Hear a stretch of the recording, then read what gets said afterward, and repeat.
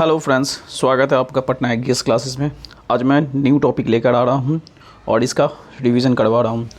अब टॉपिक का के बारे में बात किया जाए तो टॉपिक है आपकी बृहस्पति की चंद्रमा जो थी एक कैलिस्टो। पहली जो बृहस्पति की चंद्रमा है उसका नाम गैनीमीड है, लेकिन हम यहाँ पर सेकंड जो उसकी चंद्रमा है कैलिस्टो के बारे में बात करना चाह रहे हैं। कैलिस्टो में अभी हुआ क्या कि कैलिस्टो पर कुछ वैज्ञानिक लोगों ने पता लगाया है कि वहाँ पर ओजोन का प्रमाण मिला है। अब ओजोन क्या होता है, तो बृहस्पति पर के चंद्रमा पर कैलिस्टो पर ओजोन के प्रमाण मिले हैं। ओजोन आप जान रहे होंगे कि O3 एक ऑक्सीजन का 3 एटम से बना हुआ एलिमेंट है। पृथ्वी पर समतापमंडल में यह पाया जाता है। यह यूवी को पृथ्वी पर आने से रोकता है।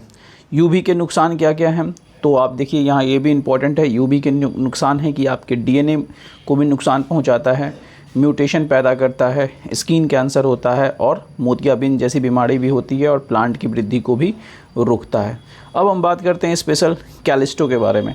कैलिस्टो की खोज गैलीलियो ने की थी। ये सब एग्ज़ाम में बहुत ज़्यादा पूछा जाता है, इसलिए आप ध्यान से इसको देखिएगा। कैलिस्टो की खोज गैलीलियो ने की थी। बृहस्पति का यह दूसरा तथा सौरमंडल का यह तीसरा सबसे बड़ा चंद्रमा है। और आपको बता दें कि गैनीमीड सबसे बड़ा बृहस्पति का चंद्रमा है। अब हम बात करेंगे आगे। यह सौरमंडल का ऐसा खगोलीय पिंड है जिस पर क्रेटर मौजूद है, इसलिए कैलिस्टो नाम याद रखिएगा, ठीक है। अब देखिए ये थोड़ा पॉलिटी का क्वेश्चन है और ये थोड़ा टफ क्वेश्चन है, ध्यान से समझना है इसको। हुआ कैट के आदेश पर केवल अपील अब सुप्रीम कोर्ट में ही होगा। बात यहाँ पर यह है कि इलाहाबाद हाई कोर्ट ने अभी हाल ही में कहा है कि कैट के द्वारा अवमानना अधिकार क्षेत्र का उपयोग करके कोई भी आदेश पारित नहीं की जा सकती है।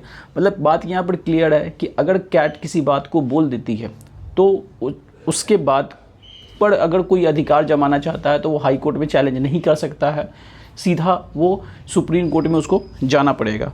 तो यहाँ पर कैट के बारे में लिखा गया था कि सुप्रीम कोर्ट में उसको चुनौती मिलेगी।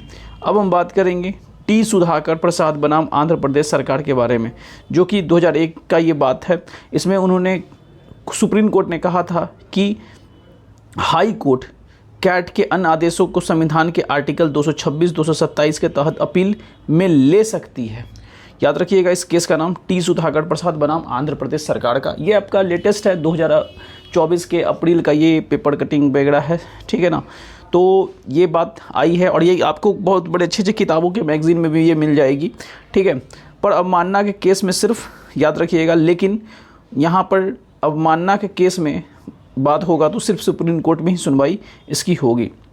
अब हम कैट के बारे में पढ़ते हैं। कैट है क्या, तो कैट का फुल फॉर्म होता है सेंट्रल एडमिनिस्ट्रेटिव ट्राइब्यूनल, जो कि 42वें संविधान संशोधन 1976 के तहत संविधान के अनुच्छेद यानी आर्टिकल 323A में जोड़कर प्रशासनिक अधिकरण की एक स्थापना की गई थी। कैट का वर्क क्या है, तो ये क्या करती है कि संघ के अन्य सरकारी नियंत्रण वाले प्राधिकरण तथा लोक सेवा और अन्य पदों पर भर्ती एवं नियुक्ति कर्मियों की सेवा शर्तों के संबंध में विवाद एवं शिकायत का निपटान करती है। भारत में अधिकरण प्रणाली को अगर देखा जाए तो ये कैसी है अधिकरण प्रणाली, तो ये एक क्वासी जुडिशियल है, अर्धन्यायिक है, क्योंकि हाई कोर्ट तो करवा रही है लेकिन जब फाइनली अगर इसका देखने का बात आता है तो सुप्रीम कोर्ट देखती है। इसका उद्देश्य न्यायपालिका पर मुकदमा को बोझ को कम करना है। यह आर्टिकल 323 के अंदर 323A के अंदर प्रशासनिक अधिकरण आते हैं। ये सब एकदम पॉइंट वाइज याद रखिएगा, आपका डायरेक्ट पेपर में आएगा ये सब। आर्टिकल 323 भी अन्य मामले के अधिकरण को देखता है। अब देखिए आर्टिकल 323A पर जो भी नियम है वो संसद देखेगी, प्रशासनिक अधिकरण स्थापित करेगी और आर्टिकल 323B के तहत राज्य विधानमंडल अधिकरण को देखेगी, ठीक है। अब हम बात करेंगे, ये थोड़ा सा विवाद वाला मुद्दा था, इंटरनेशनल रिलेशन से जुड़ा हुआ मुद्दा है ये। भारतीय श्रमिक को इजरायल भेजा जा रहा था, रवाना किया जा रहा था, तो ये एक मानवीय मुद्दा भी आता है। अब इस बारे में थोड़ा सा एग्जामिनेशन के लिए हम पॉइंट ऑफ व्यू से जानेंगे, इसको सिर्फ ज़्यादा कुछ नहीं पढ़ना है इसमें। हुआ क्या कि NSDC इंटरनेशनल एक संस्था है जो भारतीय श्रमिकों को इजरायल भेजने की सुविधा प्रदान करती है। इन श्रमिकों को गवर्नमेंट टू गवर्नमेंट समझौते के तहत, मतलब गवर्नमेंट एक वहाँ का गवर्नमेंट और भारत की गवर्नमेंट दोनों समझौता देगी तभी ये संस्था यहाँ पर वर्क करेगी और जो मज़दूर हैं उसको इंडिया से लेके इजरायल जाके मजदूरी के लिए भेज सकती है। अब NSDC के बारे में बात करेंगे तो राष्ट्रीय कौशल विकास निगम का एक इंटरनेशनल और नॉन प्रॉफिटेबल पब्लिक लिमिटेड है, जिसमें भारत सरकार की 49% शेयरधारिता बनी हुई है। अब आते हैं हम लोग नया टॉपिक यूरेशियाई आर्थिक संघ के बारे में। ये भी एक इंटरनेशनल रिलेशन का टॉपिक है। इसमें खास बात ये किया गया है कि यह पूर्व सोवियत क्षेत्र तथा आर्थिक एकीकरण परियोजना के तहत काम हो रहा था।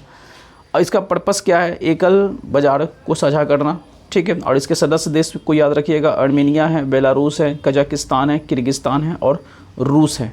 EU के सदस्य जो होते हैं देशों में रूस जो है भारत का सबसे बड़ा व्यापारिक भागीदार है, ठीक है। अब आगे हम लोग आते हैं, लास्ट पॉइंट है, वित्त वर्ष 2023 में भारत रसिया का व्यापार 49.4 बिलियन अमेरिकन डॉलर रहा है, ठीक है ना। तो यहीं पर क्लास को एंड करते हैं, मिलते हैं नेक्स्ट क्लास में। जय हिंद।